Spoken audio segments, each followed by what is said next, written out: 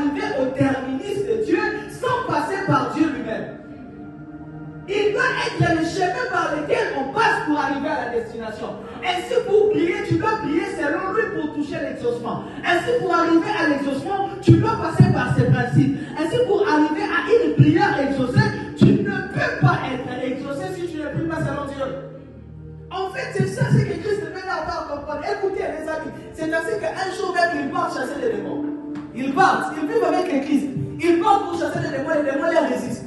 Il nous dit, oh, on a chassé les démons nous ont résisté. Christ part. Là où ils ont échoué, Christ chasse les démons partent. Écoutez, les hommes qui ont des clés, les hommes qui ont le code, les hommes qui ont les principes, réussissent là où les autres échouent.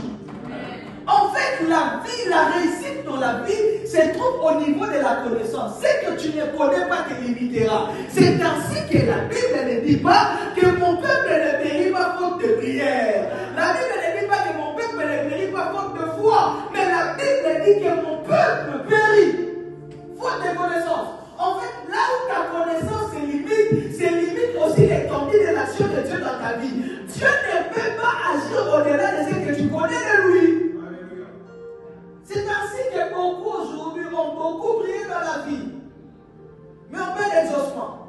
Écoutez, il y a des hommes qui prient mais avec beaucoup d'exaucement. Je préfère quelqu'un qui prie une heure du temps, mais en priant selon les principes de la Bible, que quelqu'un qui prie pendant 7 jours en étant à côté. Évitez de prier pour faire passer les temps.